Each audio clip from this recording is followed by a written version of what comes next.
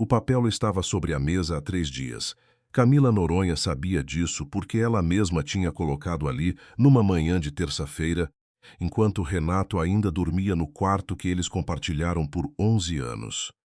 Ela tinha deixado o envelope branco bem no centro da mesa de jantar. Aquela mesa de carvalho maciço que ela escolheu numa loja em Higienópolis, que ela barganhara com o vendedor por 40 minutos, que ela manchara de café numa madrugada chuvosa, quando Renato voltou bêbado de uma confraternização e ela ficou acordada esperando sem entender bem por quê. O papel estava ali. Renato não tinha tocado. Ela foi trabalhar. Voltou. O envelope continuava no mesmo lugar, agora com uma marca de copo por cima. Alguém tinha usado como apoio. Camila ficou olhando para aquela rodela úmida no envelope branco e pensou que era quase engraçado a quantidade de metáforas que aquilo continha. Na manhã seguinte, ela desceu antes das 6 e encontrou Heloísa na cozinha. Heloísa tinha 32 anos, cabelo escuro na altura do queixo e um jeito de estar em lugares que não eram seus como se fossem. Ela estava de pé na frente da cafeteira, de costas, usando uma camiseta que Camila reconheceu como sendo de Renato, um moletom cinza da empresa com o logo bordado no peito. As pernas dela eram longas e bronzeadas e ela estava descalça no piso frio de porcelana, como se soubesse exatamente onde ficavam os azulejos mais quentes perto do rodapé. Camila parou na entrada da cozinha. Heloísa virou. Não levou susto. Só disse com uma voz que era quase amigável demais: "Bom dia. Tem café?" "Eu sei", disse Camila. "É minha cafeteira." Heloísa não respondeu. Pegou a xícara também de Camila, parte de um conjunto que a mãe dela tinha dado de presente de casamento, e foi sentar na banqueta da ilha, como se a conversa já tivesse terminado do jeito que ela queria. Camila ficou parada por mais 3 segundos. Depois foi até a geladeira, pegou uma garrafa de água e saiu da cozinha sem fazer café. Ela tinha prometido para si mesma que não ia fazer cena. Não porque tivesse medo, não porque fosse covarde, mas porque cena era o que Heloísa queria. Camila tinha demorado uns 4 meses para entender isso, que a outra mulher não estava ali só por Renato. Estava ali pelo espaço, pela casa, pela vida que Camila tinha construído tijolo por tijolo durante uma década e que Heloísa via como uma roupa que podia experimentar. Só que tinha um detalhe. O envelope branco ainda estava sobre a mesa de carvalho e Camila tinha assinado o que precisava assinar antes de colocar ele ali. Renato Noronha tinha 40 anos, ombros largos que ficavam mais largos quando ele estava nervoso, e um talento genuíno para acreditar na versão da história que era mais conveniente para ele. Camila tinha levado anos para nomear isso. Não era má-fé, não era crueldade calculada. Era algo mais parecido com uma cegueira seletiva tão antiga que ele nem sabia mais que tinha. Eles tinham se casado quando ela tinha 26 e ele tinha 29. Ela estava terminando o mestrado em Direito Imobiliário. Ele tinha acabado de entrar como sócio minoritário na construtora do pai. A família Noronha tinha dinheiro do tipo que não precisava se mostrar, não usava logo, não ostentava. Só existia como uma camada invisível sobre tudo, uma garantia de que o chão nunca ia ceder de verdade. Camila não tinha esse tipo de dinheiro. Tinha outro tipo, o que se conquista, o que se prova, o que se documenta. Os primeiros 5 anos foram bons. Ela acreditava nisso. Depois vinham os anos em que ela tinha acreditado que eram bons. Depois vinham os últimos 2, em que ela tinha parado de se perguntar. Heloísa entrou na história num jantar de negócios há 18 meses. Camila soube em 8. Não por acidente, não por descuido de Renato, ele era cuidadoso, sempre tinha sido. Soube porque era advogada e sabia o que procurar, e porque uma cliente sua tinha visto os dois num restaurante em Moema e tinha mandado uma mensagem achando que estava fazendo um favor. Ela tinha ficado sentada no escritório por 40 minutos depois de ler a mensagem, olhando para a parede. Depois tinha aberto o computador e começado a trabalhar. 10 meses. Foi quanto ela levou, trabalhando com cuidado, sem pressa, sem erro. O envelope branco era o resultado desses 10 meses. Renato desceu às 8h30. Viu o envelope. Pegou, olhou para o nome dele escrito na frente com a caligrafia de Camila, letra pequena, muito controlada, e pousou de volta sem abrir. "A gente precisa conversar", ele disse. Camila estava sentada na sala. com um processo no colo que precisava de revisão antes do meio-dia. Ela não levantou os olhos. Abre primeiro. Camille, abre o envelope, Renato. Ele ficou parado por uns 10 segundos. Depois ouviu o som do papel rasgando. Silêncio. Isso é um pedido de divórcio, ele disse. É, ela confirmou. Você já assinou. Já. Outro silêncio. Desse, ela levantou os olhos. Renato estava de pé no meio da sala, com as folhas na mão, e tinha uma expressão que ela tinha visto poucas vezes nele, uma espécie de espanto genuíno, como se o mundo tivesse feito algo que ele não considerava dentro das possibilidades. Você não ia me dar chance de explicar? Camila voltou os olhos para o processo. Você teve 18 meses para explicar, Renato. Não precisava de mim para começar. Ele jogou as folhas sobre a mesa de centro. Isso não funciona assim. Tem que ter acordo, tem que ler a última página. Uma pausa. O som das folhas sendo viradas. Depois, silêncio diferente, mais pesado, com textura. O que é isso? Ele disse. Não era pergunta. É o acordo que eu preparei. Camila finalmente fechou o processo no colo e olhou para ele de frente. Partilha de bens com base nos aportes documentados durante o casamento. O apartamento de Pinheiros fica comigo. Eu entrei com 70% do financiamento, tá tudo nos extratos. A cota da construtora fica com você. O escritório de advocacia é meu, nunca teve participação sua. A conta conjunta dividida na metade exata. Renato estava olhando para ela como se não reconhecesse o rosto. Você preparou isso sozinha. Tô preparando acordos de divórcio há 6 anos, Renato. É o que eu faço. Por que você não falou nada? Camila inclinou a cabeça levemente. Por que você não falou nada quando começou? Ele abriu a boca. Fechou. Ficou assim por um momento, e ela viu o instante exato em que ele decidiu mudar de estratégia. Os ombros descendo um pouco, a expressão se amaciando, aquele jeito que ele tinha de parecer mais jovem quando precisava de algo. Cami, isso foi um erro. Eu sei que foi. Mas a gente não precisa, Renato. Ela se levantou, pegou o processo debaixo do braço. Você tem 15 dias úteis para assinar ou contratar um advogado. Se não assinar nesse prazo, a gente vai a juízo e o acordo que o juiz vai homologar vai ser bem menos confortável para você do que esse aqui. Ela foi em direção ao corredor. Parou na entrada da sala e avisa para Heloísa que o café dela acabou.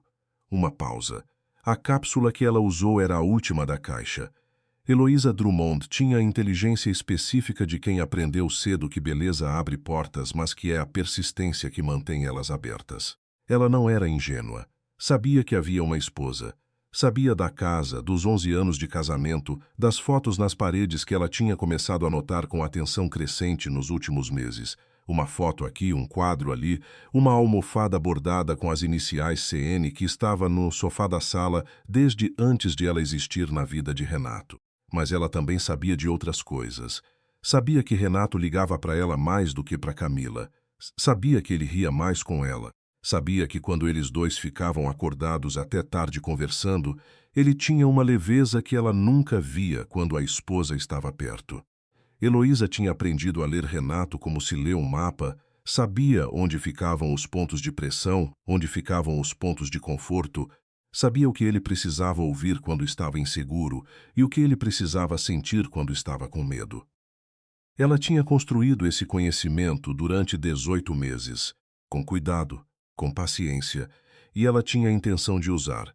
O que ela não tinha calculado direito, o que ela subestimou de um jeito que só ficaria claro mais tarde, era o que Camila Noronha tinha feito nos mesmos 18 meses. Naquela manhã, depois da conversa da sala, Heloísa ficou sentada na banqueta da ilha ouvindo os passos de Camila subir a escada. Ouviu a porta do quarto fechar. Ficou olhando para a xícara vazia na mão. Renato entrou na cozinha com as folhas na mão, a expressão de alguém que acabou de levar um soco que não viu vindo. Ela pediu divórcio, ele disse. Heloísa pousou a xícara. Eu ouvi. Ela já assinou tudo. Tem um acordo pronto, ela vai, Renato. A voz dela foi firme, calibrada. Respira. Ele jogou as folhas na bancada. Você não está entendendo. Ela é advogada de família. Ela fez isso do jeito que ela quis, sem me avisar, sem me dar. Você vai contratar alguém bom.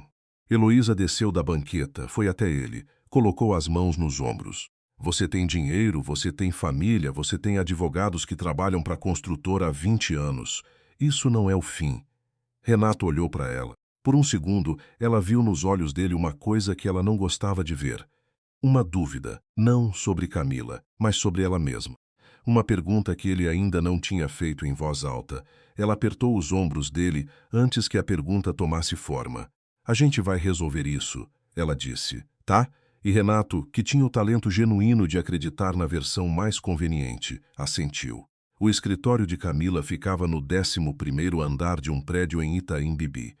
Ela tinha montado aos 30 anos com uma sócia, Fernanda Luz, que cuidava da parte contenciosa enquanto Camila cuidava dos acordos e da consultoria patrimonial. Era um escritório pequeno, 4 advogadas, 2 estagiárias, uma recepcionista que se chamava Dona Aparecida e que sabia o nome de cada cliente e o status de cada processo sem precisar consultar sistema nenhum. Não tinha nome de família na porta, não tinha lobby de mármore. Tinha resultados.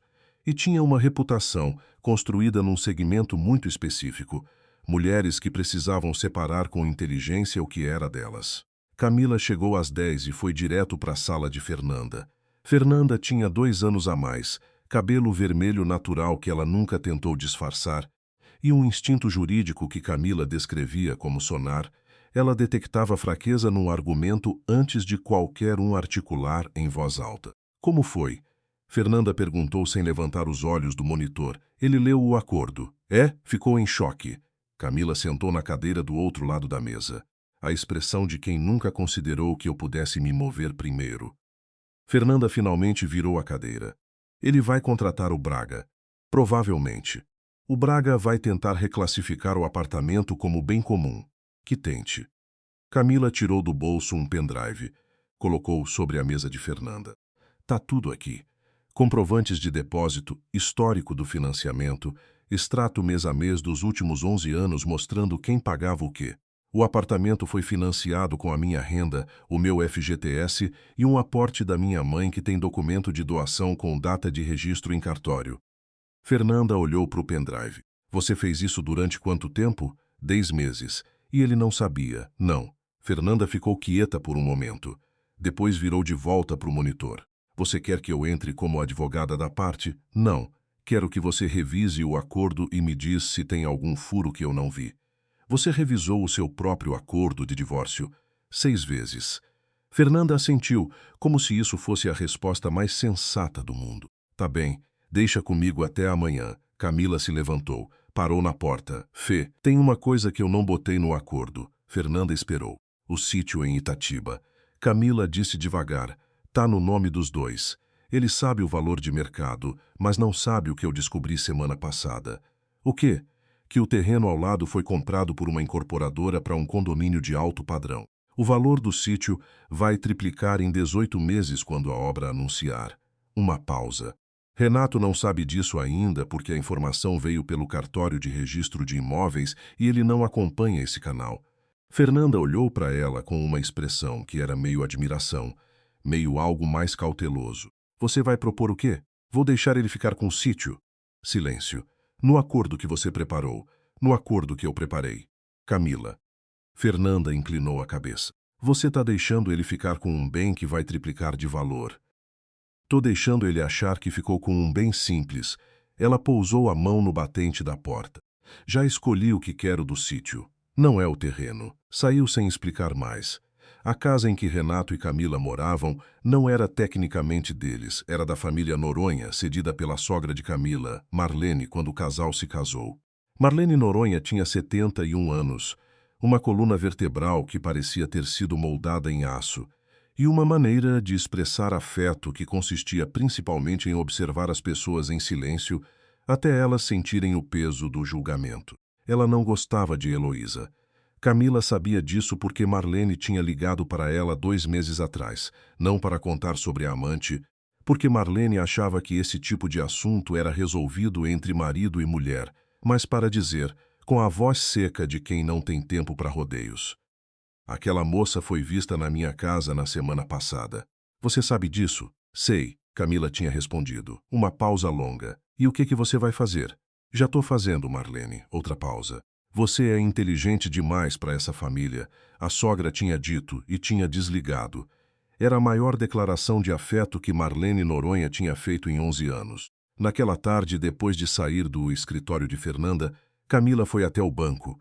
Não o banco em que ela e Renato tinham a conta conjunta, o outro, onde ela mantinha uma conta individual que existia desde antes do casamento e que nunca tinha sido mencionada em nenhum documento do casal. Sentou-se com o gerente. Reorganizou algumas aplicações. Fez uma transferência para uma conta de uma pessoa que ela ia precisar nos próximos dias. Depois foi buscar a filha na escola.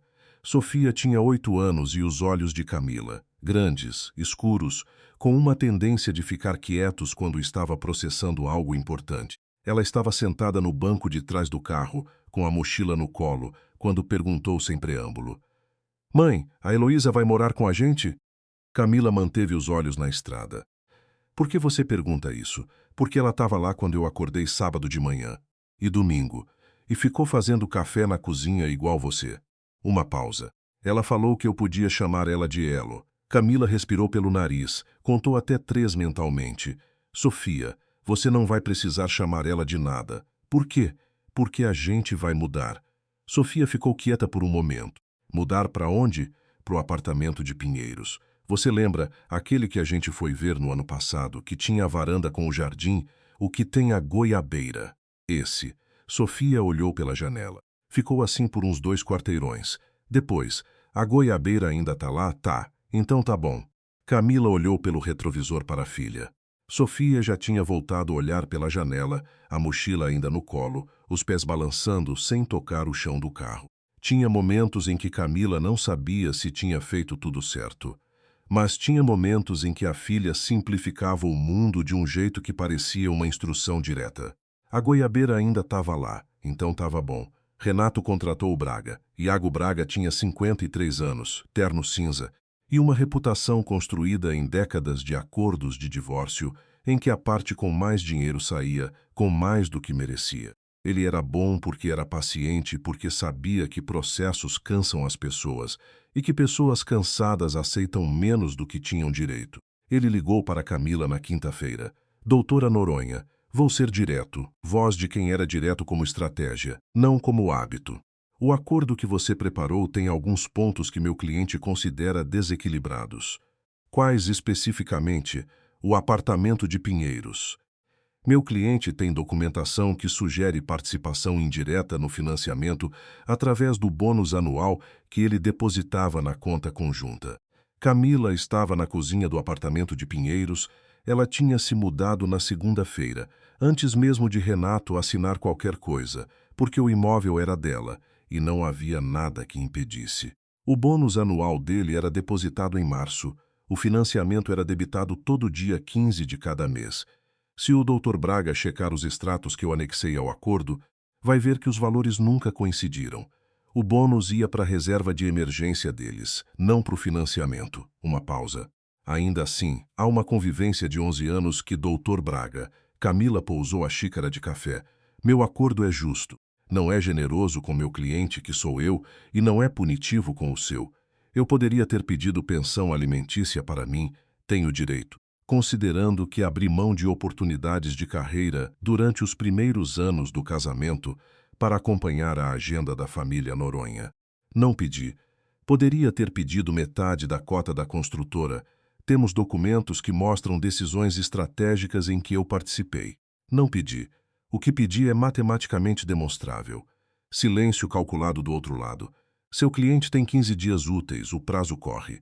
Ela desligou. Ficou por um segundo com o telefone na mão, olhando pela janela do apartamento de Pinheiros. Era um terceiro andar, com vista para uma rua arborizada. Do lado de fora dava para ouvir o barulho leve do vento nas árvores. Do lado de dentro havia caixas ainda por desembalar. Uma goiabeira na varanda que precisava de poda e uma filha que ia chegar da escola em 2 horas. Camila foi desembalar as caixas da cozinha. Heloísa foi à casa 2 vezes naquela semana. A primeira vez foi para buscar uma bolsa que tinha esquecido. A segunda vez não tinha motivo declarado. Ela chegou numa tarde de quarta, quando Renato estava no escritório, e ficou andando pelos cômodos com aquele jeito de inventariar o espaço. A empregada, Conceição, estava passando roupa na área de serviço. Tinha 56 anos, olhos miúdos muito atentos, e trabalhava para a família Noronha há 14, 2 anos mais do que o casamento durava.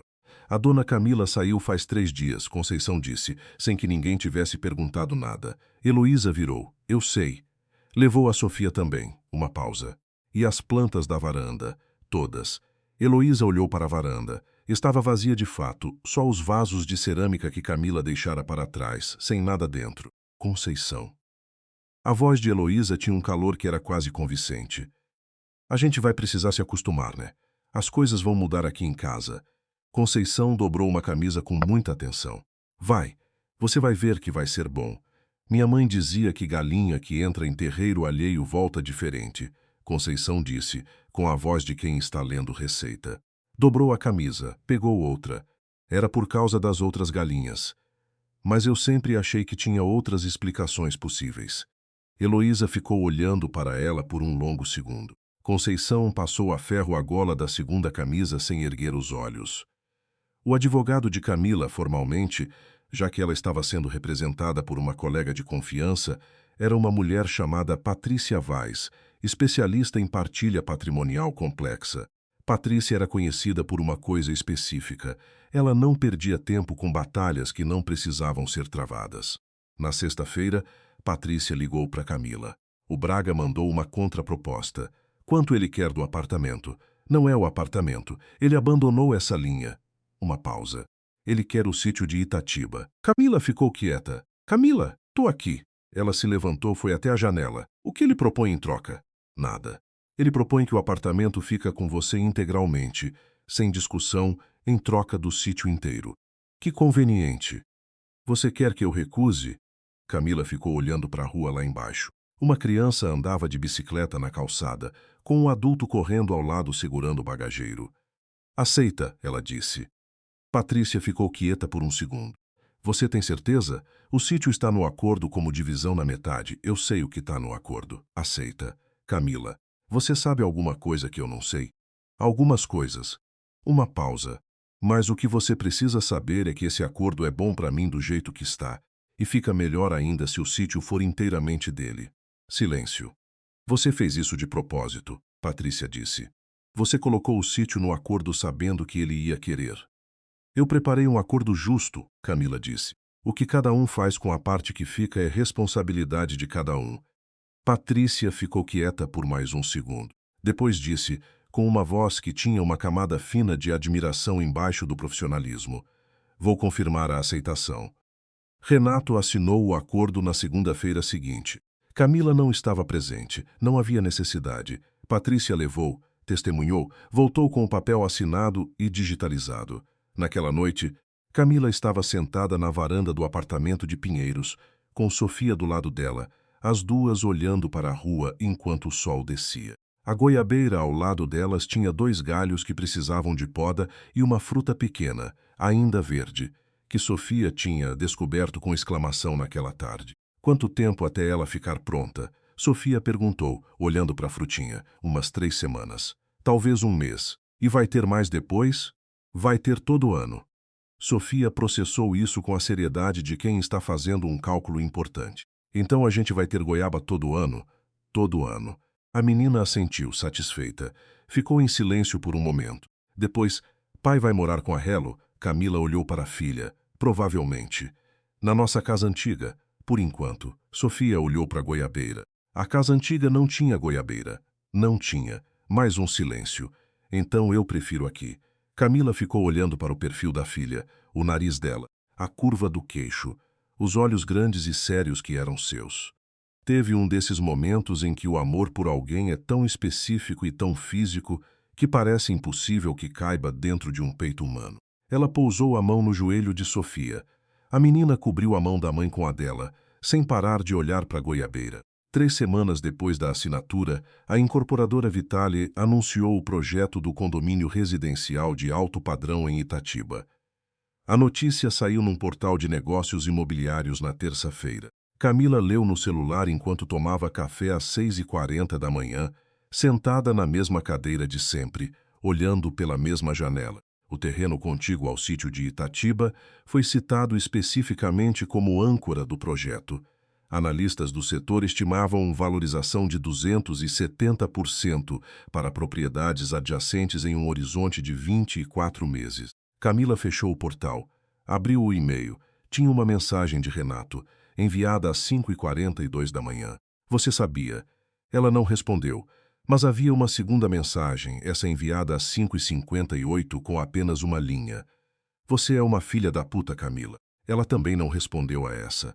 Fechou o e-mail, terminou o café, foi acordar Sofia para a escola.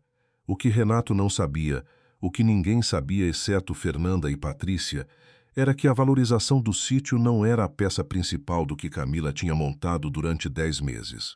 Era apenas a mais visível. A peça principal era outra, e ainda não tinha se movido. Camila tinha aprendido, nos seus anos de advocacia de família, que os acordos de divórcio raramente são sobre o que parecem ser. As pessoas brigam pelo apartamento quando brigam pela identidade. Brigam pelo carro quando brigam pelo tempo.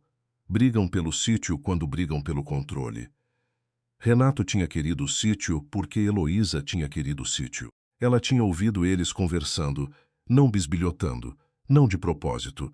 Mas na manhã em que Heloísa estava na cozinha e a voz dela subia pelo corredor com aquela clareza de quem não se preocupa em ser ouvida porque já se vê como dona do espaço. O sítio é lindo, Renato. A gente podia fazer reformas, passar os fins de semana.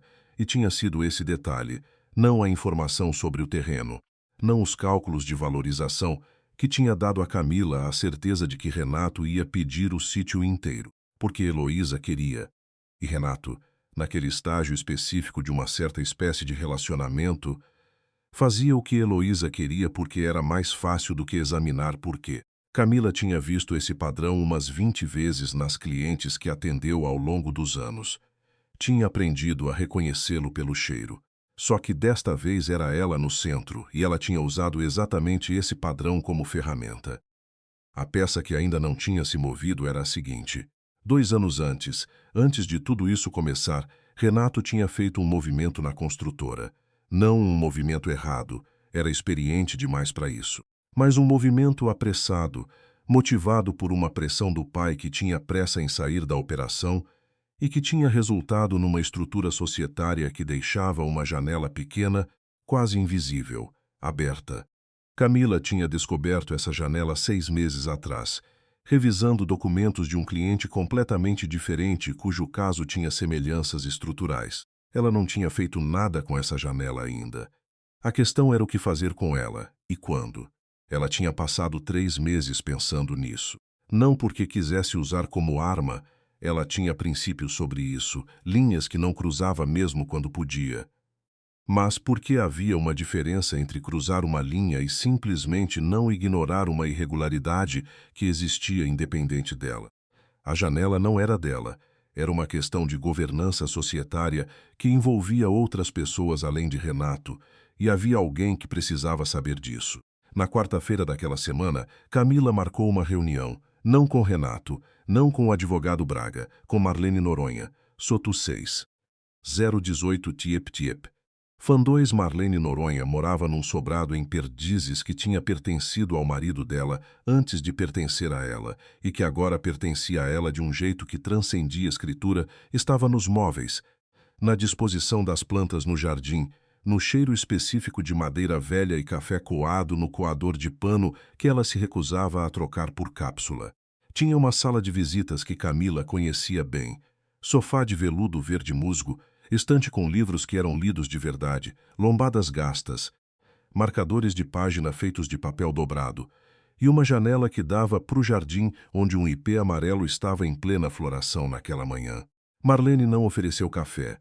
Ofereceu algo melhor. Ficou quieta enquanto Camila falava. Camila colocou 3 documentos sobre a mesa de centro. Não muitos, só o essencial.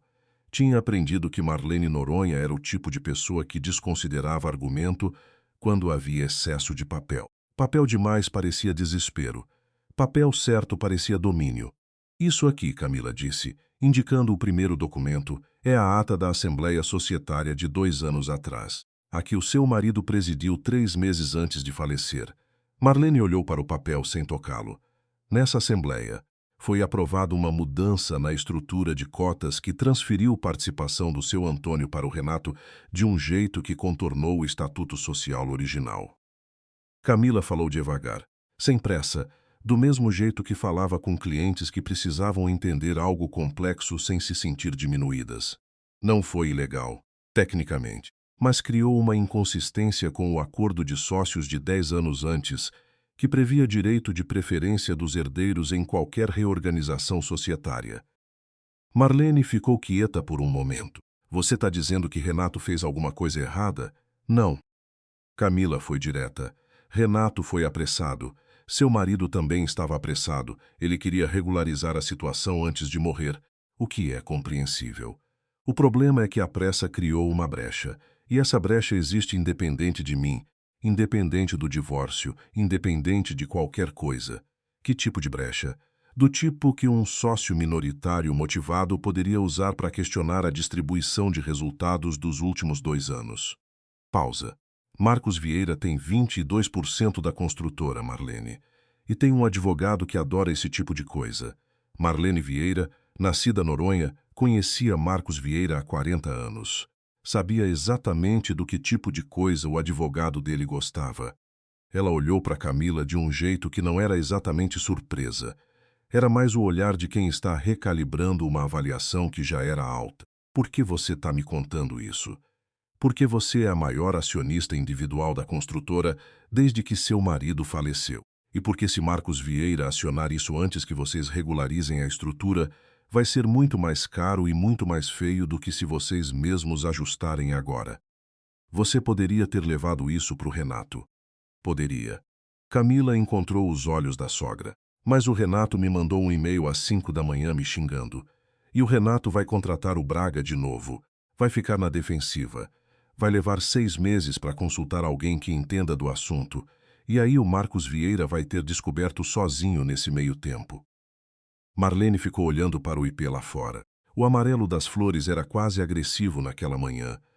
E o que você quer em troca? Camila pausou um segundo.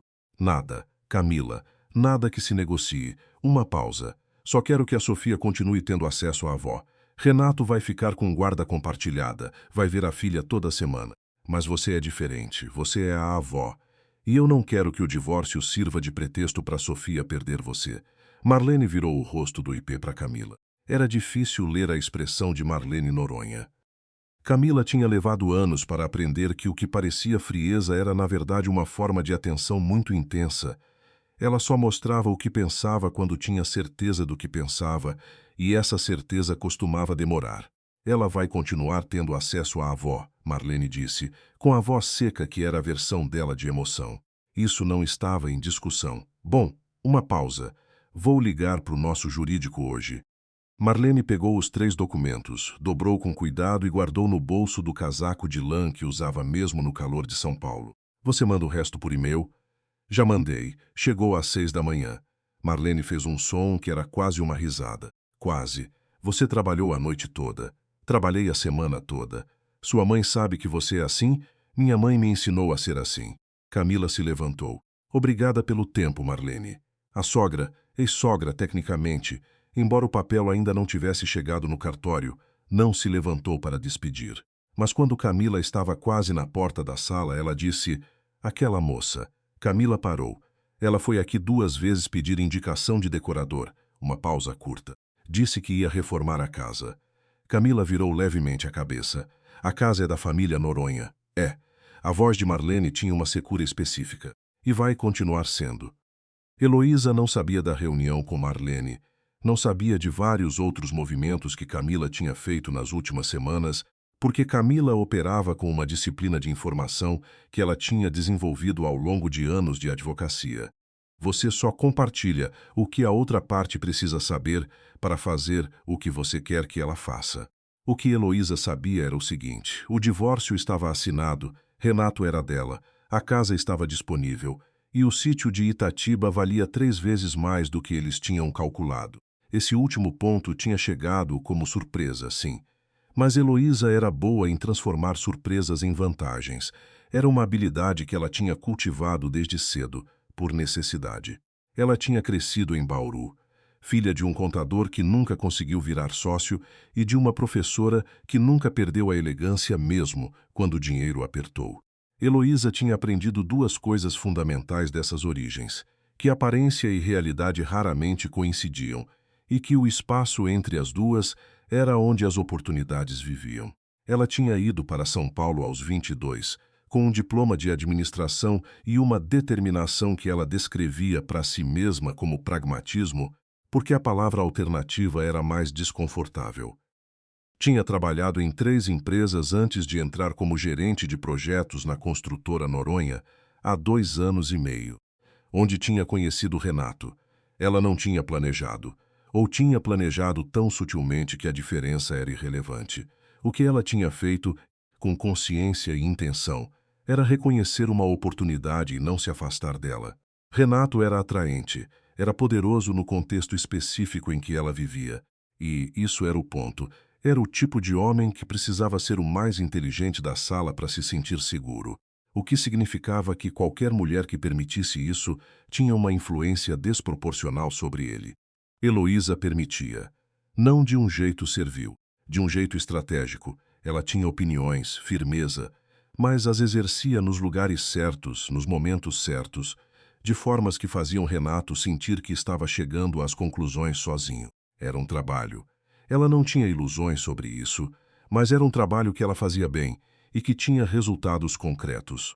O problema que ela estava começando a calcular naquela manhã, sentada no escritório de Renato, na construtora, enquanto ele estava numa reunião, era que Camila Noronha tinha feito um trabalho diferente durante 10 meses e os resultados desse trabalho estavam apenas começando a aparecer. O sítio triplicaria de valor. Mas Heloísa estava começando a ter a sensação incômoda de que o sítio era apenas o que Camila tinha querido que eles vissem. Ela pegou o celular, abriu o contato de uma amiga que trabalhava num escritório de advocacia concorrente ao de Camila. "Preciso de um favor", ela escreveu. "Tô tentando entender o que a Camila Noronha anda fazendo nos últimos meses. Tem alguém que possa perguntar discretamente?" A resposta demorou 20 minutos. "Não tenho muito, mas ouvi que ela está consultando sobre algo de direito societário. Não é a especialidade dela, então deve ter contratado alguém. Direito societário." Heloísa pousou o celular na mesa. Ficou olhando para a janela do escritório de Renato. A vista era para um trecho da marginal. Carros lá embaixo se movendo devagar no congestionamento da manhã. Direito societário não era sobre apartamentos. Não era sobre sítios. Era sobre empresas. "Você foi falar com minha mãe." Renato estava parado na porta do apartamento de Pinheiros. Ela tinha deixado seu nome com o porteiro para que ele pudesse subir, porque Sofia ia passar o fim de semana com ele e precisavam acertar o horário. Ele não tinha entrado. Estava no batente, com aquele jeito de ocupar espaço que ele tinha quando estava tensionado. "Fui", Camila confirmou, sem levantar os olhos do contrato que estava revisando na mesa da sala. "Por quê?" "Porque havia uma questão relevante que ela precisava saber." Pausa.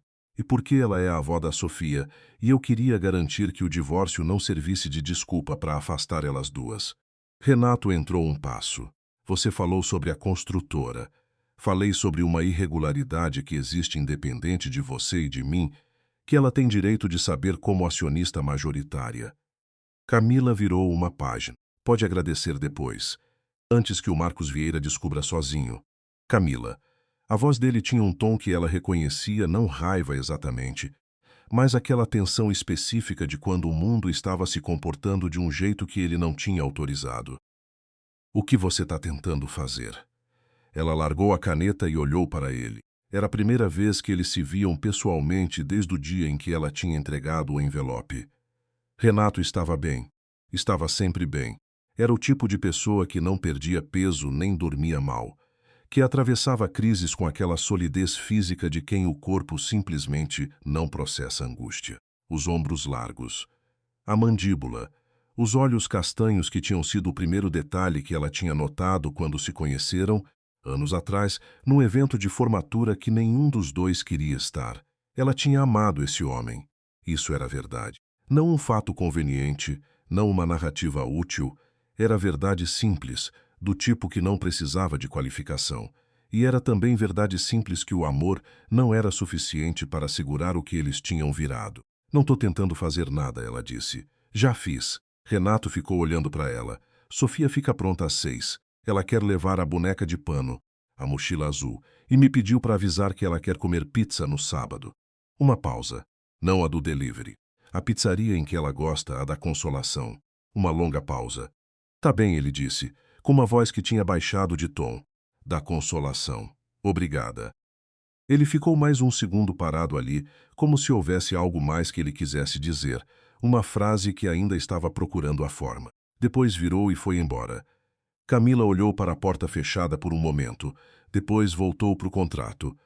Heloísa foi ao cartório de registro de imóveis na quinta-feira. Não o cartório de Itatiba, o da região central de São Paulo, onde ficavam registrados os documentos societários da construtora Noronha.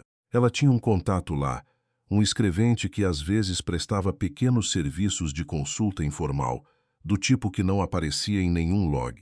Ele ligou para ela na sexta de manhã. Você estava certa, ele disse, com a voz baixa de quem está com a mão sobre o telefone. Teve uma consulta sobre a construtora. Mas não foi o escritório dela. Foi um escritório diferente, especializado em societário. Nome da advogada é Patrícia Vaz. Heloísa escreveu o nome. Que tipo de consulta? Não consigo detalhes, mas o que posso dizer é que envolve os documentos de 2 anos atrás. A reorganização societária. Ela desligou.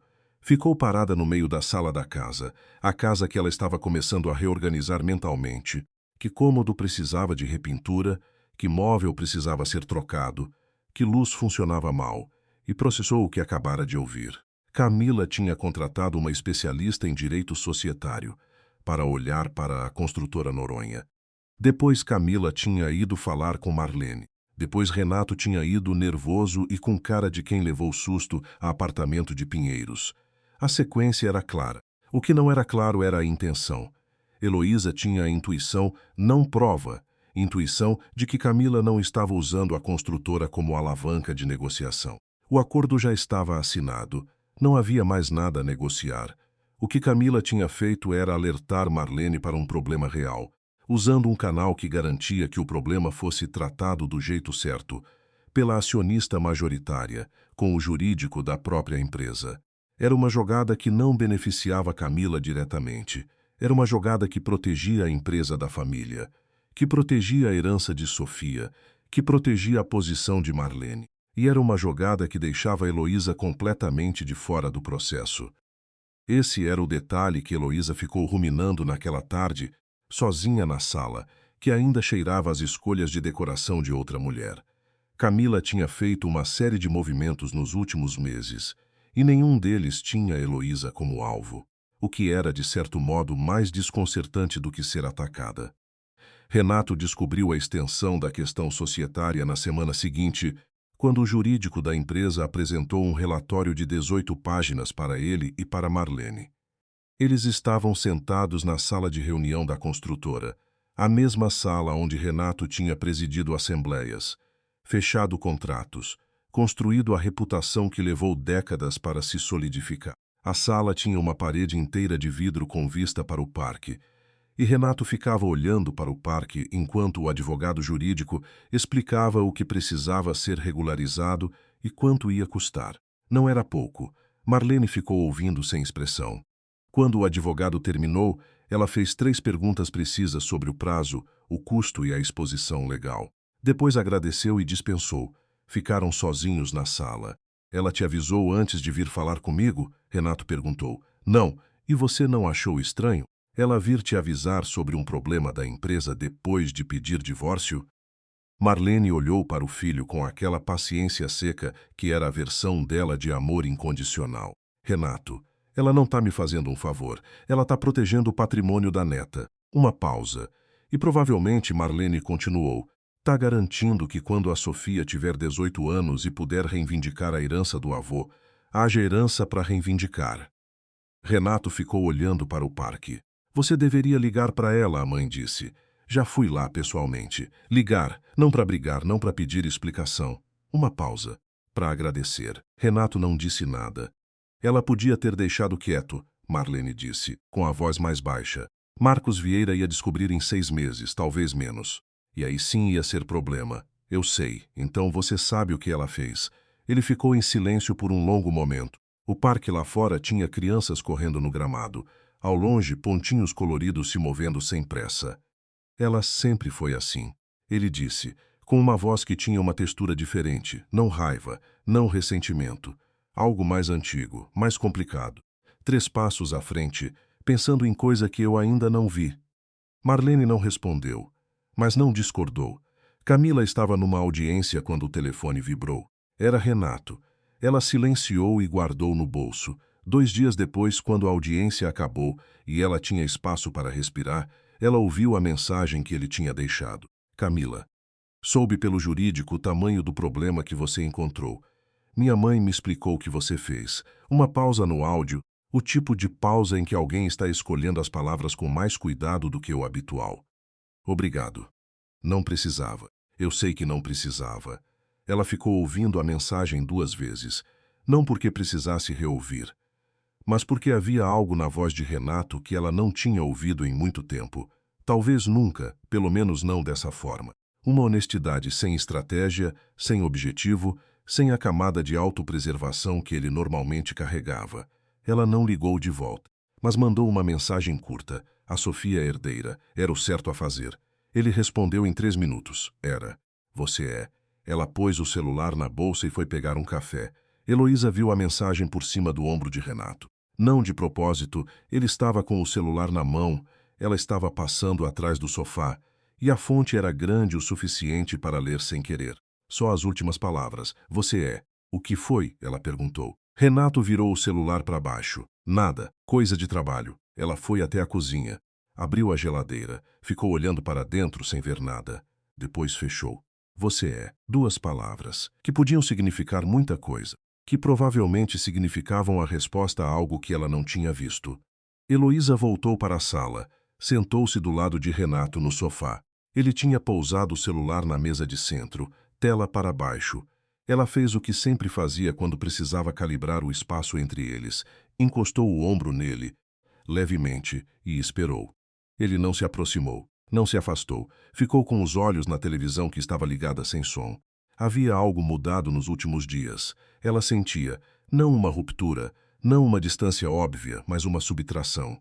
Como se uma camada de algo que estava presente antes tivesse sido retirada com cuidado, sem anúncio. Renato. Você está arrependido? Não era pergunta. Ela tinha aprendido a não fazer certas coisas como pergunta. Ele ficou em silêncio por um tempo longo demais para ser simples hesitação. Não é tão simples, ele disse finalmente. De qual parte? De nenhuma. Ele se virou para ela. Nos olhos dele havia uma honestidade que ela reconhecia, a mesma da mensagem de áudio para Camila, ela apostava, embora não tivesse ouvido. Eu não me arrependo de você. Mas me arrependo de como fiz, de quanto tempo durou antes de qualquer conversa, de Sofia ter passado por isso. Heloísa ouviu com atenção. Eram palavras honestas, ela apreciava a honestidade. Mas havia uma camada embaixo que ela estava ouvindo com mais cuidado ainda. Não me arrependo de você. Não era, você é o que quero. Não era, foi a coisa certa. Era uma dupla negativa. Uma afirmação que existia no espaço entre o que ele sentia e o que sabia que tinha feito. Heloísa conhecia esse espaço. Tinha operado nele com frequência suficiente para saber que era instável. Ela fez alguma coisa, Heloísa disse, com a empresa. Você está diferente desde então. Ela encontrou um problema que ia nos custar muito caro se não tratassem logo. Uma pausa. E foi falar com minha mãe. Por quê? O que ela quer? Nada. Ele a olhou. Só que a Sofia continue tendo acesso a Marlene. Heloísa ficou quieta. Ela não queria nada material, ele continuou. Não era negociação. Era só isso. O silêncio que se seguiu era daquele tipo que tem peso. Heloísa estava processando informação, não com raiva, não ainda, mas com aquela frieza clínica que ela acionava quando precisava ver as coisas como eram. Camila Noronha tinha encontrado alavancagem real sobre a empresa, sobre a família, e tinha usado essa alavancagem para garantir que a filha continuasse tendo acesso à avó. Tinha deixado o sítio para eles, um bem que ia triplicar de valor, sem briga. Tinha preparado um acordo equilibrado que não buscava punir. Havia um padrão nisso. E o padrão não era o de uma mulher destruída, não era o de uma mulher com raiva, não era o de uma mulher tentando ganhar a guerra de atrito. Era o padrão de uma mulher que já tinha terminado, que tinha decidido o que queria, executado com cuidado e saído. Heloísa ficou sentada no sofá ao lado de Renato por mais alguns minutos. Depois se levantou.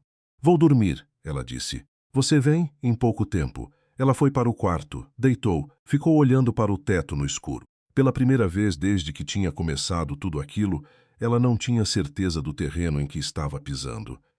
A questão do sítio explodiu numa segunda-feira, 6 semanas depois da assinatura do acordo. Não foi a valorização em si. Essa era pública, estava nos portais. Qualquer um podia ver. Foi o que veio junto com ela.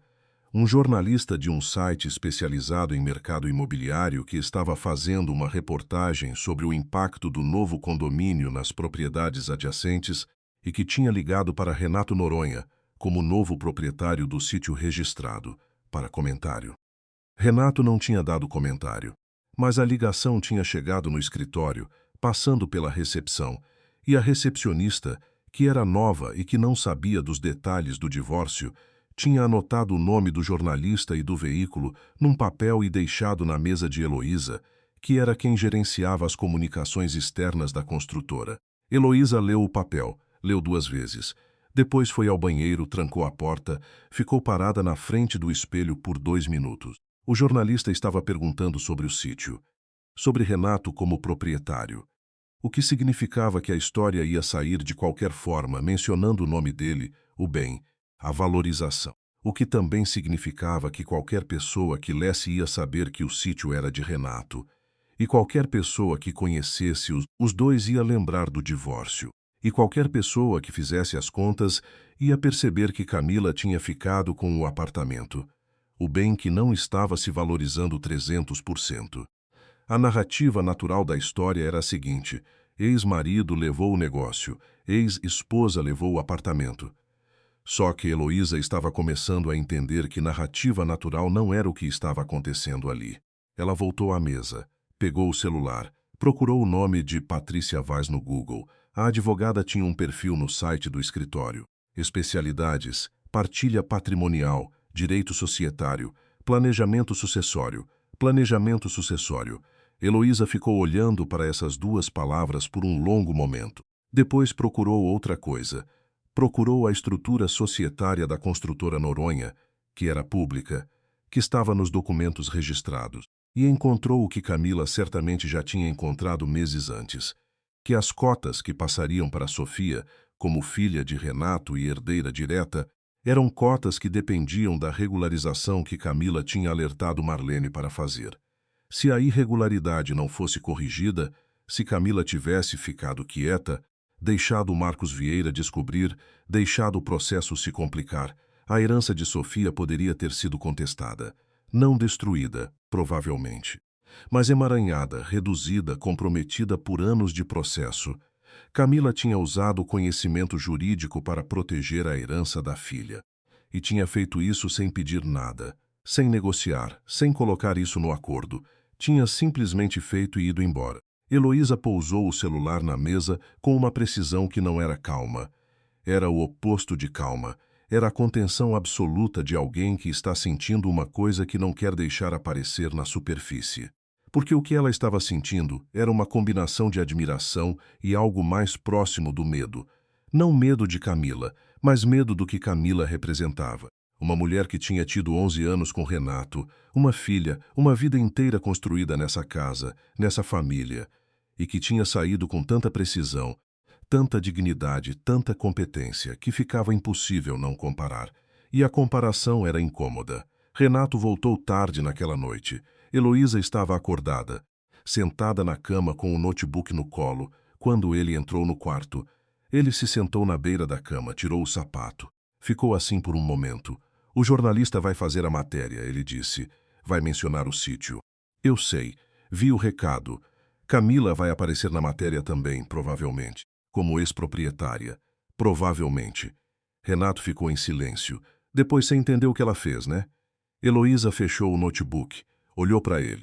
"Qual parte?" "A construtora, a Sofia." Ele ficou olhando para as próprias mãos.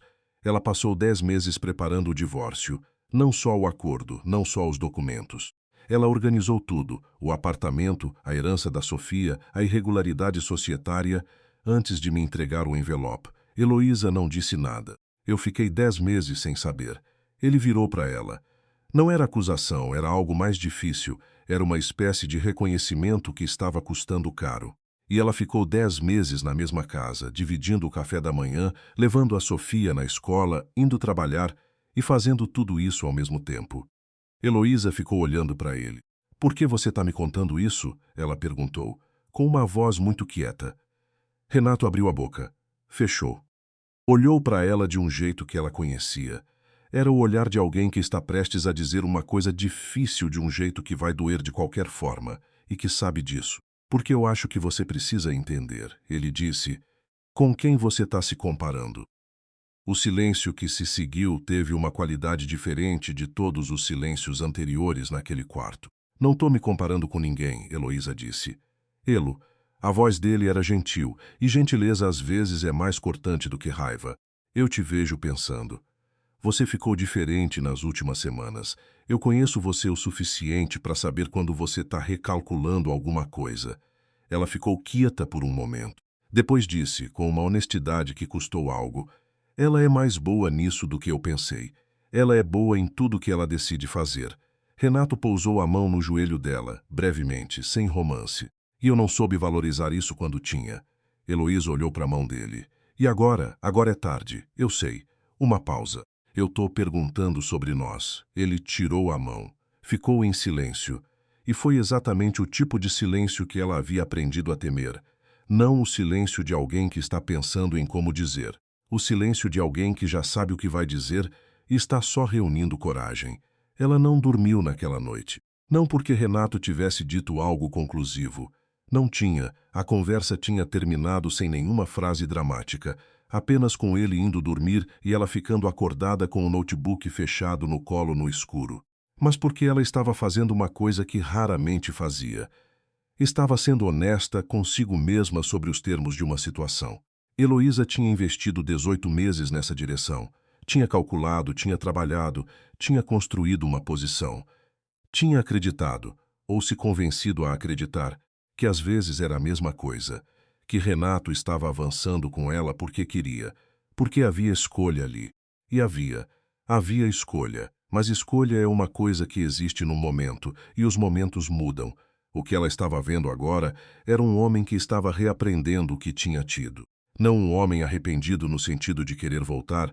Ela não acreditava nisso, e se Renato tentasse, ela não aceitaria, porque havia dignidade no que tinha feito, e ela não ia inverter. Mas um homem que estava entendendo, lentamente, com a dificuldade específica de quem entende tarde, o peso do que tinha perdido. E esse entendimento estava mudando a textura do espaço entre eles. Não tinha nada que ela pudesse fazer com isso. Não havia argumento, não havia estratégia, não havia versão de si mesma que competisse com 11 anos de história, uma filha de 8 anos com olhos grandes e sérios, e uma mulher que protegia a herança da filha sem pedir nada em troca. Heloísa ficou olhando para o teto até às 4 da manhã. Depois se levantou, foi para a sala, sentou no sofá que ainda tinha o formato de uma vida que não era a dela, e ficou olhando para a janela até o céu começar a clarear. 2 dias depois, ela foi ao escritório mais cedo do que o normal e pediu transferência interna para o escritório da construtora no Rio de Janeiro. A solicitação foi aprovada em 48 horas. Ela contou para Renato naquela noite. Ele ficou em silêncio por um momento. Depois disse, é o que você quer? É o que faz sentido, ela respondeu. Ele não tentou convencê-la do contrário. O que também era uma resposta. Camila soube da transferência de Heloísa por Conceição, que soube pela filha de uma amiga que trabalhava na portaria do prédio, que tinha visto caixas sendo carregadas numa terça-tarde. Ela estava na varanda com Sofia quando Conceição contou.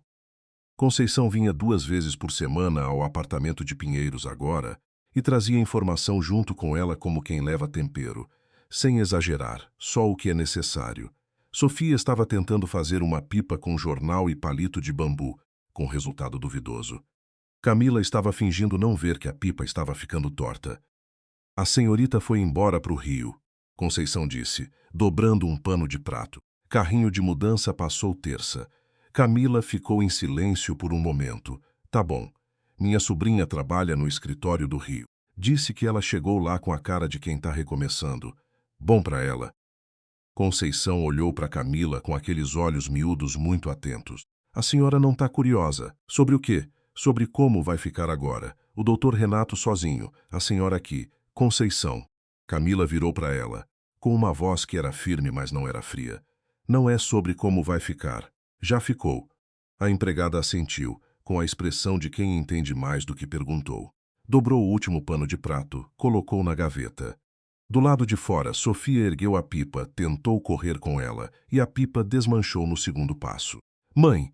A voz era entre indignação e riso. Desmanchou tudo, eu vi. Camila se levantou da cadeira. Vem cá, a gente faz de novo. A armação precisa ser diferente. Sofia veio correndo, com os pedaços de jornal na mão. Camila se ajoelhou no chão da varanda, pegou os pedaços, começou a recompor. Você sabe fazer pipa? Sofia perguntou, com a surpresa de quem está descobrindo que a mãe é uma pessoa com vida anterior à maternidade. Aprendi com o seu avô. Camila dobrou o papel com cuidado. Ele fazia no quintal todo sábado. Ficava horas. Por que você nunca me ensinou antes? Por que você nunca perguntou antes? Sofia considerou isso. Então, quando você sabe uma coisa e a pessoa não pergunta, você não fala? Às vezes. Camila olhou para a filha. Mas se a pessoa precisar saber, eu falo de qualquer jeito. Sofia pegou o novo formato de armação, examinou com seriedade. Como você sabe a diferença? Com o tempo, uma pausa, e errando algumas vezes. A menina aceitou isso com a pragmaticidade de 8 anos. Pegou a pipa, correu para a varanda, ergueu. Dessa vez ficou no ar por 4, 5 segundos antes de cair. Quase, ela gritou. Quase, Camila concordou, de cócoras no chão da varanda. E havia algo naquele quase que parecia a coisa mais satisfatória do mundo. Renato ligou na semana seguinte. Não pela mensagem de texto, não pelo áudio. Ligou de verdade, número aparecendo na tela, esperando. Ela atendeu. Posso passar aí sábado, um pouco antes de buscar a Sofia? Queria conversar. Camila ficou em silêncio por um segundo. Sobre o quê? Sobre a Sofia. Sobre a escola do ano que vem. Ela mencionou que quer mudar de escola e eu queria ver o que você acha antes de qualquer coisa. Ela relaxou levemente. Era um assunto concreto, era razoável, era exatamente o tipo de conversa que precisava acontecer. Pode vir. 11 horas? 11 horas. Ele desligou. Ela ficou com o telefone na mão por um momento. Depois foi fazer café. O sol da manhã estava entrando pela janela da cozinha de Pinheiros, aquele sol de inverno paulistano que era dourado e levemente melancólico ao mesmo tempo. Ela pôs a água para ferver, pegou o coador. Ela tinha voltado ao coador de pano, como a mãe usava, e ficou parada esperando. Havia uma sensação naquela cozinha que ela estava começando a nomear, não alegria exatamente, não alívio, mas algo mais sólido do que os dois. Uma espécie de base, de chão que sustentava sem ceder. Era diferente do chão da casa anterior. Aquele chão sempre teve uma leveza que ela confundiu com solidez, a família, o dinheiro, o nome Noronha que abria portas e criava a ilusão de permanência. Este aqui era mais estreito, mais direto, mais dela. O café escorreu pelo coador, a cozinha cheirou como cozinha. Do quarto veio o som de Sofia acordando, um barulho de travesseiro sendo jogado, um bocejo exagerado, os passos descalços no corredor. Mãe, tem café? Tem. Para mim também? Você tem 8 anos. E daí? Sofia apareceu na entrada da cozinha, com o cabelo em pé e o pijama torto. Posso tomar um pouquinho? Camila olhou para a filha, para o cabelo em pé, para o pijama torto, para os olhos grandes ainda semicerrados de sono que eram idênticos aos dela. Um pouquinho, ela disse. Sofia correu para a banqueta com uma satisfação desproporcional. Camila pôs 2 xícaras. Sote 8,31. Tiep. Fan 3. O sábado chegou com aquela qualidade específica de inverno paulistano. Céu limpo, frio seco, uma luz que tornava tudo um pouco mais nítido do que precisava ser. Renato chegou às 11:05. Camila ouviu o interfone, disse para o porteiro que podia deixar subir, e foi abrir a porta antes que ele batesse. Ele estava de calça escura e blusa de lã azul marinho, as mãos no bolso, e havia algo diferente no jeito que ele estava parado no corredor, uma ausência de postura, talvez, A armadura que ele normalmente usava, aquela solidez performática de dono de sala, estava levemente relaxada. Entra, ela disse, e afastou da porta. Ele entrou.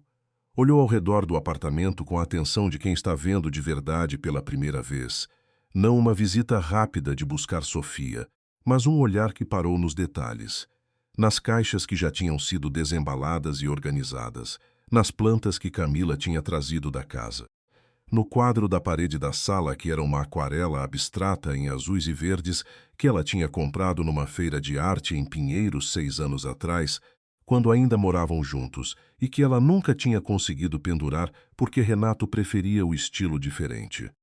Estava pendurada agora, no centro da parede, com a altura certa. Tá bonito, ele disse. Obrigada. Ela foi para a cozinha. Café? Se tiver. Ela pôs 2 xícaras. Ouviu ele se sentar no sofá da sala, o som leve do couro se acomodando. Sofia estava no quarto com a porta fechada, construindo alguma coisa com Lego que levava concentração de cirurgião e silêncio absoluto. Ela tinha pedido que não interrompessem até eu chamar, com uma seriedade que era difícil de não respeitar. Camila voltou à sala com as xícaras. Sentou-se na poltrona, não no sofá. Entregou a xícara dele. A escola, ela começou para manter o foco. A escola. Renato segurou a xícara com as 2 mãos, olhando para o café. Ela disse que não quer mais ir lá porque a melhor amiga dela vai mudar para o período da tarde e elas não vão mais se ver no recreio. Camila suspirou levemente. Eu sei, ela me contou. A Júlia vai mudar porque a mãe voltou a trabalhar. E você acha que a escola em si tá bom? Acho ótimo. O problema não é a escola. Uma pausa. O problema é que ela tem 8 anos e o coração partido por causa da amiga. Isso passa. Renato assentiu. Tomou um gole de café. Você já conversou com ela sobre isso? Conversei. Disse que ela pode ver a Júlia nos fins de semana. Elas podem combinar via telefone como adultas. Camila pousou a xícara no joelho. Acho que você falar com ela também ajuda. Ela precisa ouvir os 2 dizendo a mesma coisa. Falo com ela hoje. Bom, ficaram em silêncio por um momento. Era um silêncio que não era desconfortável, o que era, em si, uma informação. Camila. Renato pousou a xícara na mesinha de centro. Ficou olhando para as mãos por um segundo antes de levantar os olhos. Eu preciso dizer uma coisa que não é sobre a Sofia. Ela esperou. Eu fui um idiota, ele disse, com a voz plana de alguém que ensaiou e decidiu parar de ensaiar. Não só sobre a Heloísa, sobre antes. Sobre a forma como eu passei os últimos anos, tratando o que a gente tinha como garantido, como se fosse uma estrutura que existia independente de atenção. Uma pausa. Você passou 10 meses me protegendo, a mim, a empresa, a Sofia, enquanto eu nem sabia que você estava indo embora. Isso diz uma coisa sobre mim que eu tô tentando encarar. Camila ficou quieta. Não tô dizendo isso para pedir nada, ele continuou. Não tô dizendo porque quero voltar ou porque acho que isso muda alguma coisa. Tô dizendo porque você merece ouvir e porque eu devia ter dito antes e porque se eu não disser agora vou continuar carregando isso como covardia. Ela ficou olhando para ele por um longo momento. O sol da manhã entrava pela janela lateral e colocava uma faixa de luz no sofá, no joelho dele, no tecido de lã azul marinho da blusa. Eu ouço, ela disse finalmente. É suficiente? Para hoje é. Uma pausa. Não sei o que é suficiente no geral. Ainda tô descobrindo. Ele assentiu devagar, como alguém aceitando os termos de algo que não pode negociar. Ela pegou a xícara de volta, tomou o café que estava esfriando. A escola fica, ela disse. Você fala com ela sobre a Júlia. Na semana que vem a gente vê o que ela acha. Combinado. Do quarto veio um barulho de peças plásticas caindo, depois um silêncio calculado, depois a voz de Sofia. Não foi nada. Camila e Renato se olharam. Foi o tipo de coisa que faz 2 pessoas rirem ao mesmo tempo sem querer. Não de alegria exatamente, não de leveza, mas de reconhecimento. De uma história compartilhada que não desaparece só porque a estrutura ao redor dela mudou. Renato saiu às 2 da tarde com Sofia de mão dada, a mochila azul nas costas, a boneca de pano debaixo do braço. Antes de entrar no elevador, Sofia virou e disse, com a urgência de quem se lembrou de algo importante. Mãe, você vai cuidar da goiabeira? Vou. Todo dia que precisar. Sofia considerou isso satisfatório e entrou no elevador. Camila ficou parada na porta até o elevador fechar. Depois foi para dentro, fechou a porta, encostou nela por um segundo. A sala estava silenciosa. As xícaras ainda na mesa, o quadro azul e verde na parede, a luz do meio-dia entrando pela janela. Ela foi até a janela, ficou olhando para a rua. Havia um casal sentado num banco lá embaixo, conversando. Uma mulher passando com um cachorro grande que não queria andar na direção que ela queria. Uma criança no colo do pai, apontando para alguma coisa no céu que os outros não viam. Camila ficou assim por um tempo, não pensando em nada específico, ou pensando em tudo ao mesmo tempo de um jeito que não precisava ser organizado. Depois foi lavar as xícaras. Fernanda ligou na segunda-feira de manhã. O Braga pediu cópia do acordo para um processo diferente. A voz dela tinha aquela qualidade específica de quem está transmitindo informação e avaliando ao mesmo tempo. Um cliente dele que está passando por situação parecida. Ele quer usar o acordo de vocês como modelo. Camila pausou. Como modelo de quê? De equilíbrio. Uma pausa. Foram as palavras dele. Disse que raramente vê acordo de divórcio tão equilibrado. Ela ficou em silêncio por um segundo. Depois, pode mandar. Tira os nomes e os dados pessoais, mas o modelo pode usar. Já imaginei que você ia dizer isso. Fernanda tinha uma voz sorridente. Tô mandando agora. Camila desligou. Ficou olhando para a mesa do escritório por um momento. Depois abriu o próximo processo na fila e começou a trabalhar. A matéria sobre o sítio de Itatiba saiu numa quinta-feira.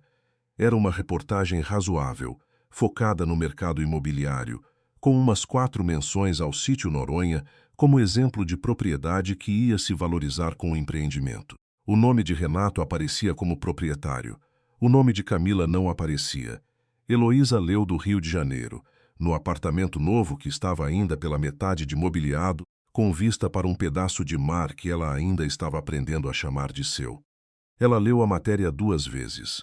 Depois fechou o tablet. Tinha uma reunião em 40 minutos. Tinha um projeto novo que estava começando a tomar forma, um empreendimento no Recreio que era o tipo de coisa que ela sabia fazer bem.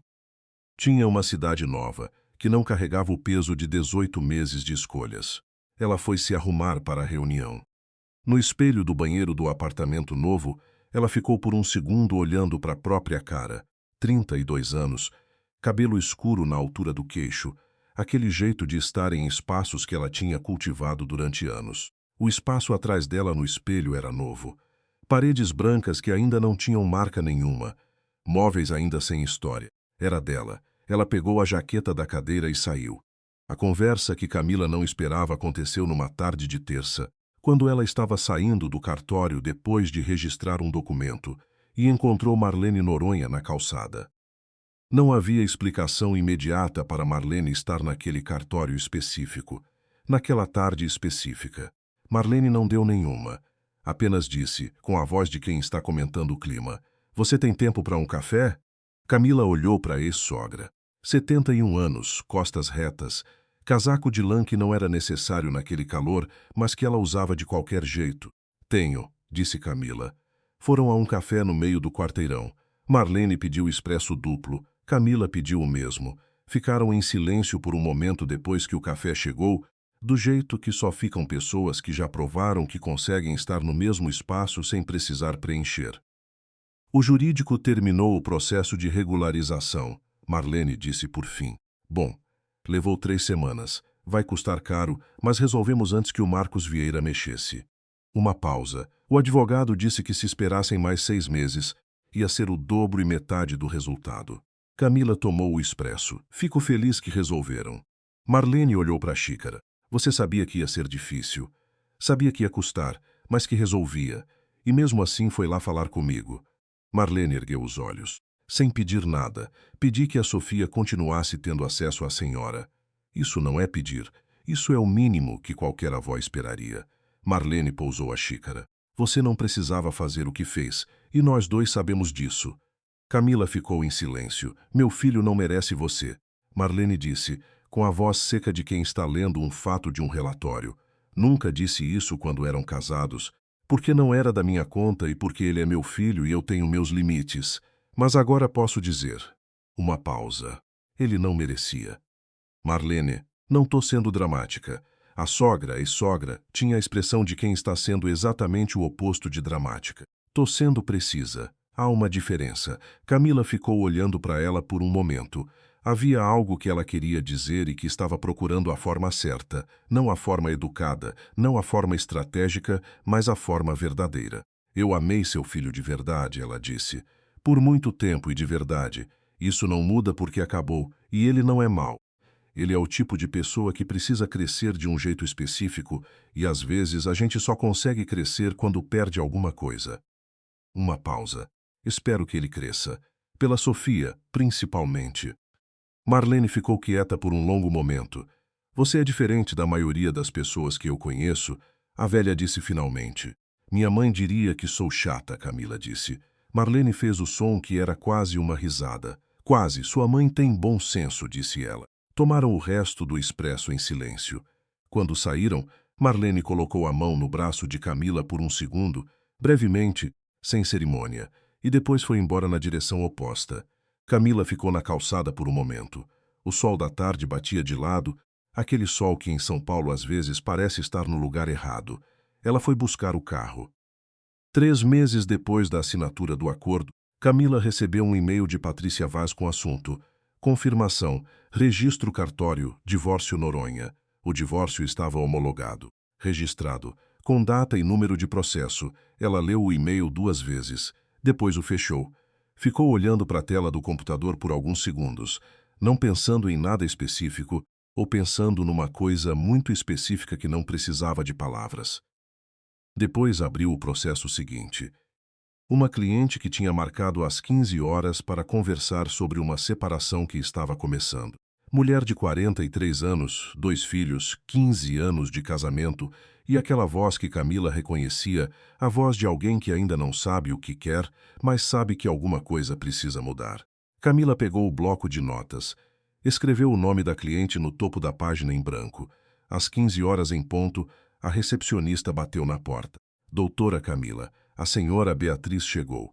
Pode mandar entrar. A primeira coisa que Beatriz disse, depois de sentar e aceitar o copo d'água e ficar em silêncio por um momento que Camila respeitou completamente, foi: eu não sei se quero me divorciar.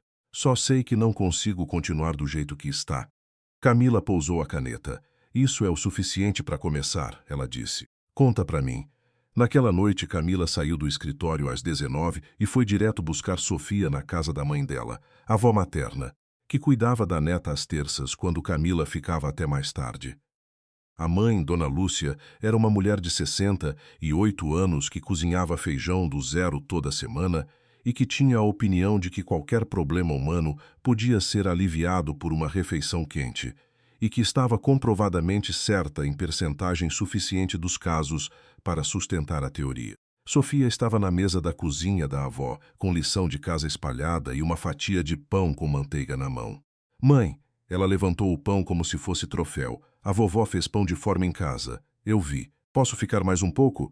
Camila olhou para a mãe, que olhou de volta com a expressão de quem está perfeitamente disposta a ficar mais um pouco com a neta. 1 hora, Camila disse. Mas termina a lição antes. Sofia voltou ao caderno com uma energia que a lição de casa raramente merecia. Camila sentou-se à mesa com a mãe. Dona Lúcia pôs café sem perguntar, coado, no coador de pano igual ao da cozinha de Pinheiros, porque Camila tinha aprendido a fazer café assim por observação durante anos, sem perceber que estava aprendendo. Como foi? A mãe perguntou. Longo.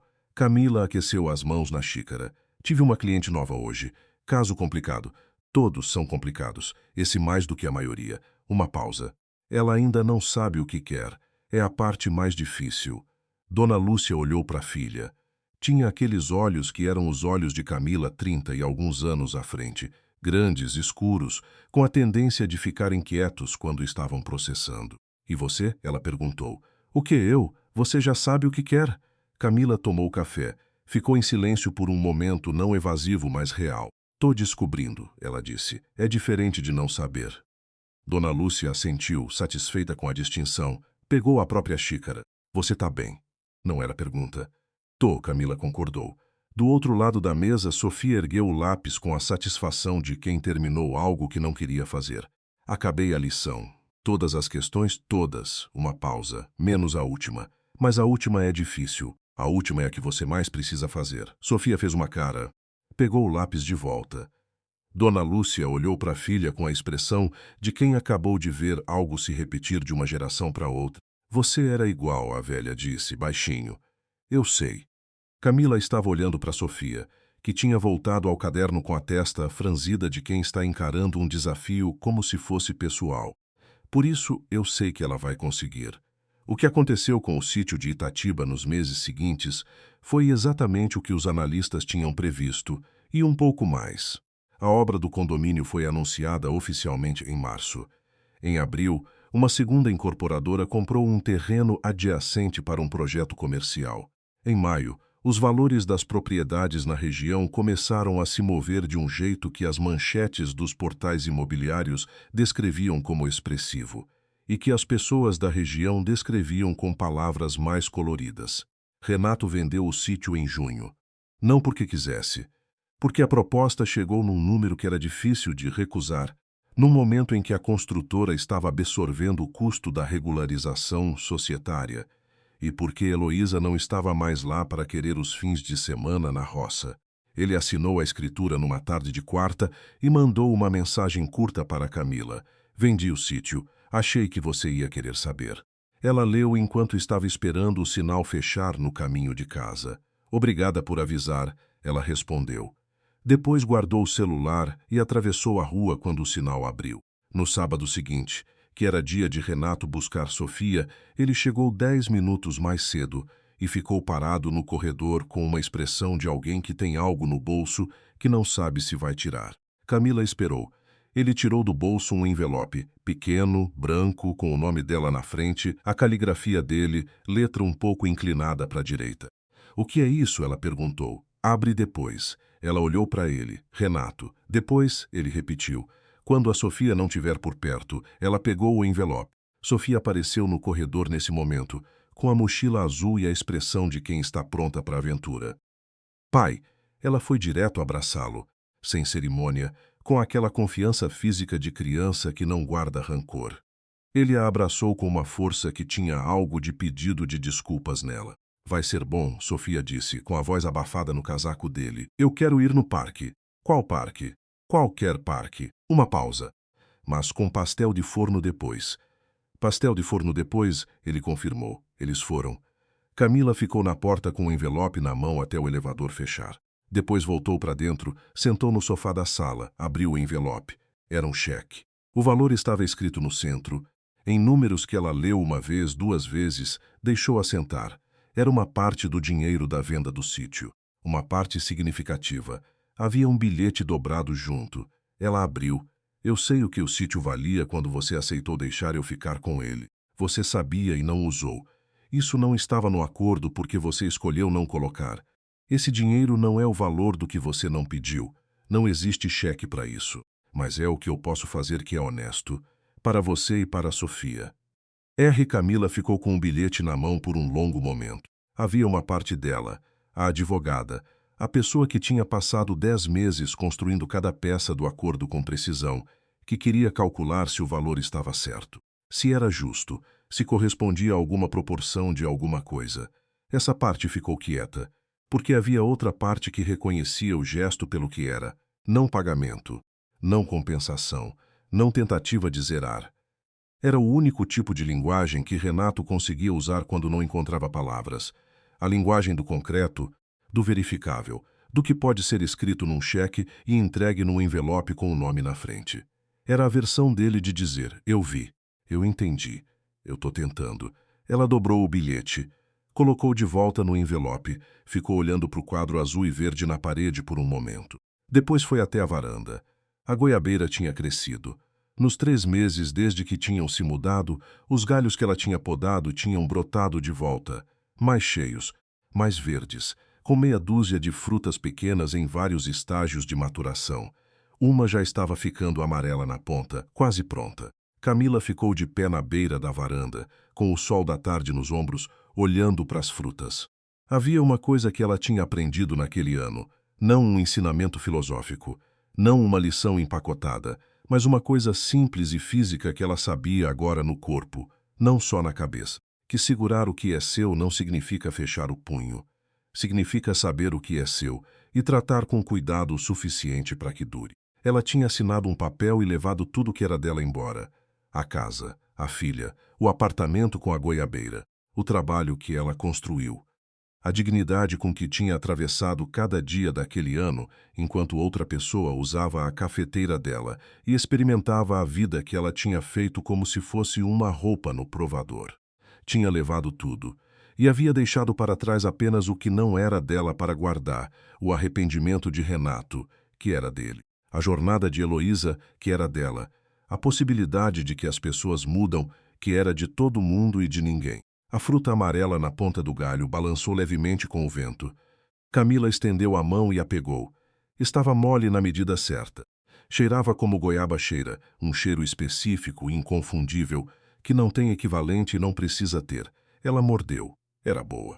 Sofia voltou às 8 da noite com o cabelo solto e os olhos cansados de quem se divertiu o suficiente e está pronto para a cama. Contou sobre o parque. Tinha um lago, tinha patos. Ela tinha dado biscoito para um pato que era o mais corajoso de todos e que tinha chegado perto demais e assustado um menino menor. O pastel de forno tinha sido de queijo e de calabresa e ela tinha comido os dois porque pastel de forno não tem caloria, né, mãe? Tem, Camila disse. Não tem tanto, tem exatamente tanto, Sofia considerou isso. Mas valeu a pena, isso eu aceito. Renato ficou na porta enquanto Sofia foi para o banheiro escovar os dentes. Havia entre eles o silêncio de alguém que sabe que a outra pessoa leu o bilhete e está esperando ver o que isso significa. Eu li, Camila disse. Ele não perguntou o que ela achava, só esperou. Tá depositado amanhã, ela disse. Para uma conta para Sofia, uma pausa. Não para mim. Renato ficou em silêncio por um momento. Depois assentiu lentamente. Ela vai agradecer um dia. Ela não vai saber a origem.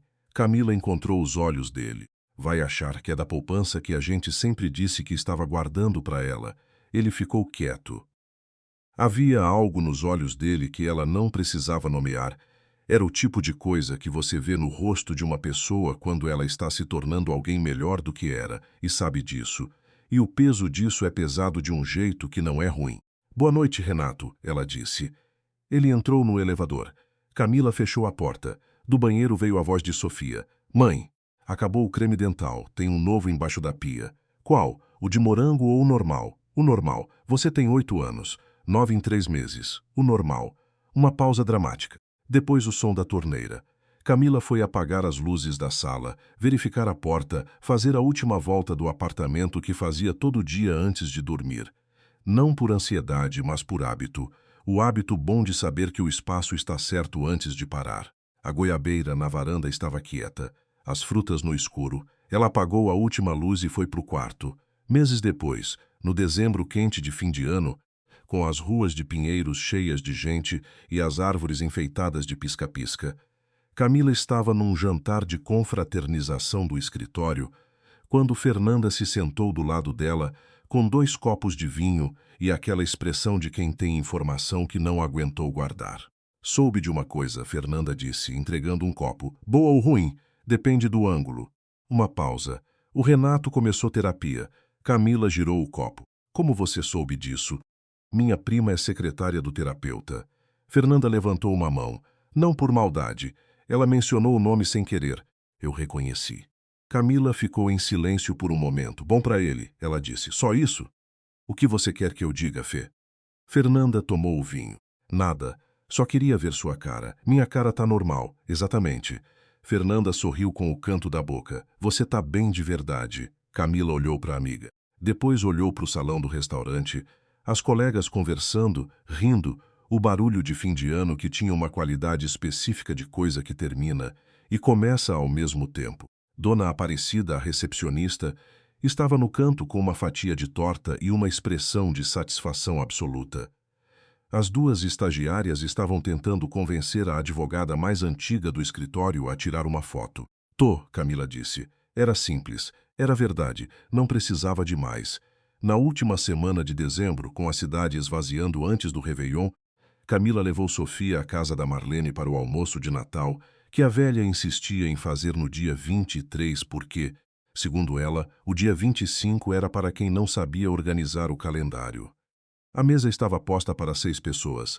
Renato ia chegar mais tarde. Havia uma tia de Renato que Camila conhecia desde o começo e que sempre tratou as duas com a mesma atenção cuidadosa. E um primo de 20 e poucos anos que Camila nunca tinha conseguido decorar o nome, mas que era gentil. Camila ficou na cozinha com Marlene por um tempo, ajudando a montar a travessa de bacalhau, enquanto Sofia corria pelo jardim com o gato velho da casa que se chamava Bispo e que suportava ser carregado pela criança com uma resignação nobre. "Você vai passar o Réveillon onde?" Marlene perguntou, sem virar do fogão. "Com minha mãe. Vamos ficar em casa, jantar, ver o show na televisão." Camila cortou o tomate. "Sofia vai dormir às 10 fingindo que vai ficar acordada até a meia-noite. E você?" "Eu fico acordada." Uma pausa. "Gosto de virar o ano acordada." Marlene ficou em silêncio por um momento. Depois disse, sem inflexão especial, "O Renato vai levar uma amiga essa noite." Camila continuou cortando tomate. "Bom, não é ninguém especial ainda. Conhecida de trabalho. Marlene." Camila pousou a faca. "Não precisa me contar." "Preciso não." A velha virou o bacalhau na frigideira. "Mas quero que você saiba que não mudei de opinião sobre o que disse naquele café." Uma pausa. "E quero que você saiba que, a partir de agora, você vem no almoço porque você é família. Não porque é mãe da Sofia, porque é família." Camila ficou olhando para costas de Marlene, a coluna reta, o casaco de lã no calor de dezembro, o cabelo branco preso com exatidão. "Obrigada," ela disse. "Não agradece." Marlene não virou. "Pega o azeite ali." Camila pegou o azeite. Elas ficaram em silêncio na cozinha, trabalhando lado a lado, com o barulho do jardim chegando pela janela.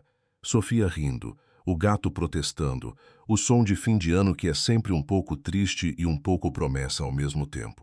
Renato chegou às 14 horas, sozinho. A amiga tinha cancelado, algo de último minuto, e ele chegou com uma garrafa de vinho e aquela leveza específica de quem está aprendendo a ser uma versão mais leve de si mesmo. Ele e Camila se sentaram lados opostos da mesa de Marlene. Conversaram sobre Sofia, sobre a escola, sobre o projeto de natação que a menina queria começar em janeiro.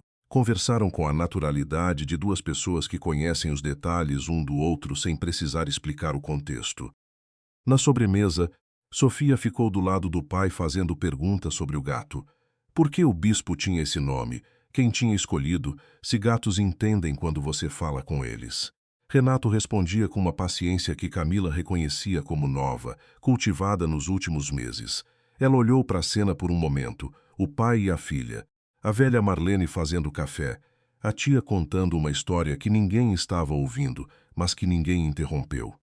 E havia algo ali que ela não saberia descrever com precisão, mas que sentiu com clareza, que as coisas tinham ficado onde precisavam ficar.